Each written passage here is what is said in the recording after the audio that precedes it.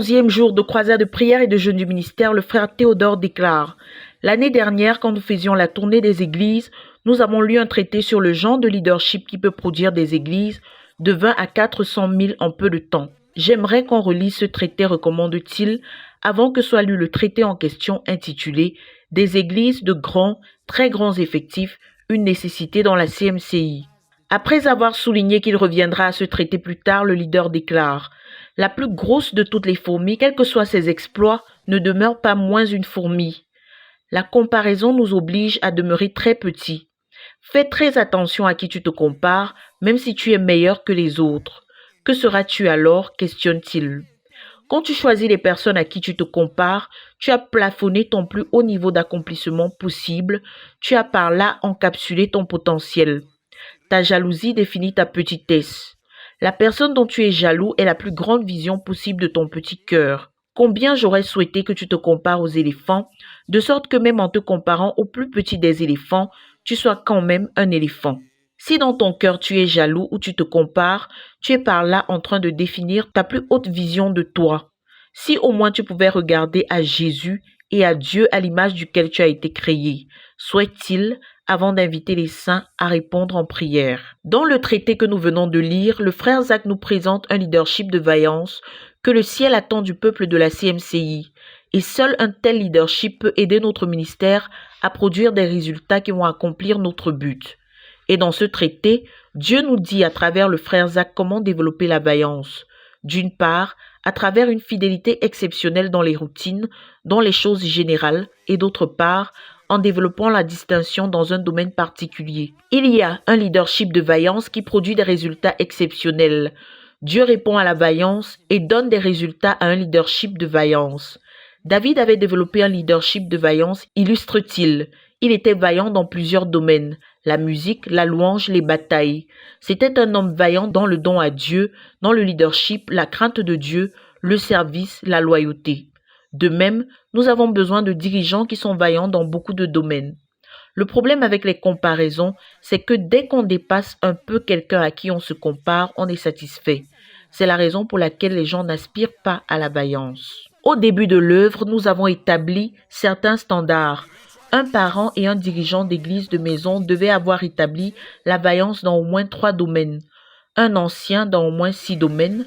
Celui qui devait diriger la ville devait avoir développé la vaillance dans au moins 9 domaines. Le dirigeant d'une nation dans au moins 12 domaines. Ceux qui portent des responsabilités à l'échelle continentale dans au moins 18 domaines.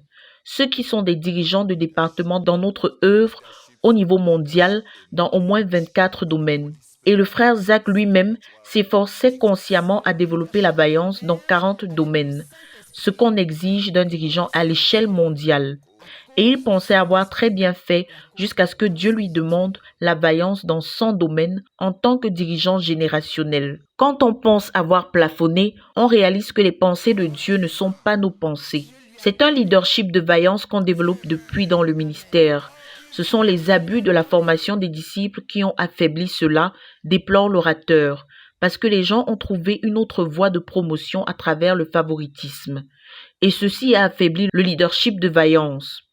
Et quand ce dernier est détruit, il ne reste plus que des clans, des tribus et des affinités. Développe un leadership de vaillance, car cela établit une autorité spirituelle dans l'Église. C'est nécessaire parce que sans vaillance, on ne peut pas porter les grands résultats que Dieu nous donne. Sans vaillance dans plusieurs domaines, on ne peut pas porter la grandeur, la visibilité, la popularité, la richesse, la globalité. Le succès pèse et les hommes vides ne peuvent pas porter la grandeur. Mais depuis le début de cette croisade, nous parlons du leadership à base des dons spirituels. Il y a un leadership de vaillance et un leadership à base de dons. Si nous ne développons pas la vaillance, le poids des dons va écraser notre caractère. Samson a eu un leadership à base de dons et il n'avait pas de caractère et cela l'a écrasé. Salomon avait un leadership de dons. Il a rétrogradé de la vaillance et cela l'a écrasé. Balaam avait un leadership de dons sans vaillance et cela l'a écrasé une fois que l'argent est entré en jeu. David avait un leadership de vaillance. Il a craqué moralement et a commis l'adultère. Mais il a rebondi grâce à d'autres domaines qu'il avait développés. Son échec était plus scandaleux que celui de Saül, mais il a rebondi. David avait de la vaillance et Dieu lui a apporté des dons. Un cœur brisé, repentant, la connaissance de Dieu. Ainsi, il avait de quoi porter le succès. Il nous faut donc développer les deux ailes du leadership. Un leadership de vaillance et un leadership à base de dons pour les desseins de Dieu. Le leadership de vaillance est l'apport humain dans le leadership, mais il y a aussi un élément divin dans le leadership, à savoir les dons. Si tu as l'apport divin abondamment sans l'apport humain, ça va te détruire. Si tu développes l'apport humain sans recevoir l'apport divin, tu n'iras pas loin, dévoile-t-il avant d'appuyer son message de quelques illustrations tirées de Daniel 5, versets 18 et 19, Daniel 1, versets 3 et 4, Daniel 1, versets 17 à 21, Daniel 5, versets 10 et 12, Daniel 6, versets 1 à 3. Le Dieu du ciel avait donné à Nebuchadnezzar la gloire et la magnificence, la splendeur, bien qu'il fût un non-croyant. Nebuchadnezzar a bâti un leadership à base de qualifications. L'on a cité 9 qualifications des jeunes hommes qu'il avait choisis, leur background, leur apparence, leur intelligence et bien d'autres. Et parmi ceux-ci, Dieu donna aux 4 une intelligence dimensionnelle. Et parmi les 4, il donna à Daniel l'intelligence spirituelle au point où il a servi 3 grands empires. Le leadership émerge à cause du Saint-Esprit et des dons spirituels. Et Daniel est ainsi passé de promotion en promotion. Il nous faut des dirigeants qu'on peut décrire comme étant des personnes douées, ayant un esprit différent, supérieur. Des personnes comme Achitophel, une révélation ambulante de Dieu. Pourquoi sommes-nous satisfaits de si peu? Questionne-t-il. En 1 Roi 3, versets 4 à 15, Dieu était à la fois surpris et content de la prière de Salomon parce qu'il connaissait déjà les sujets de prière des dirigeants. Une longue vie, beaucoup d'argent et la mort de leurs ennemis. Salomon avait demandé des dons pour le leadership et Dieu lui a donné la sagesse, la richesse, la célébrité et la sagesse dans toute la race humaine. En une seule nuit de prière, Salomon a reçu la distinction parmi tous ceux de sa génération et la supériorité sur toute la race humaine. 1 Roi 4, versets 29 à 34, démontre que Salomon avait une sagesse qui attirait les touristes, un leadership de dons. C'est Dieu qui la lui avait donné. Il était fidèle avec le peu qu'il connaissait, il aimait Dieu, donc il a beaucoup donné à Dieu. Dans le message de Berthois, le frère Zach voulait ressortir que le don à Dieu, tout comme les rencontres dynamiques et la prière, est un vecteur de connaissance de Dieu et de marche avec Dieu. Le talent de Bezalel est devenu un don spirituel. Son don spirituel est devenu un don de leadership. D'autres personnes sont restées au niveau du talent. Salomon avait un talent de sagesse qui lui venait de son grand-père paternel Achitophel. Puis Dieu est intervenu et lui a donné la sagesse comme un don. Puis Dieu a élargi la sagesse qu'il lui avait donnée et a élargi les dimensions auxquelles sa sagesse pouvait s'étendre et lui a donné l'intelligence administrative pour diriger l'empire. Esther, quant à elle, était naturellement belle.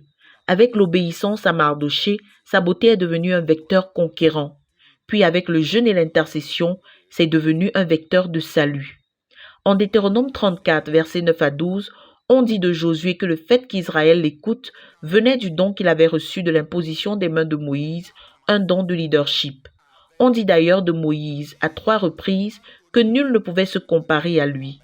Il avait l'exclusivité dans la connaissance de Dieu, la puissance spirituelle, dans la terreur sur les nations, dans les actes de vaillance, des dons spirituels.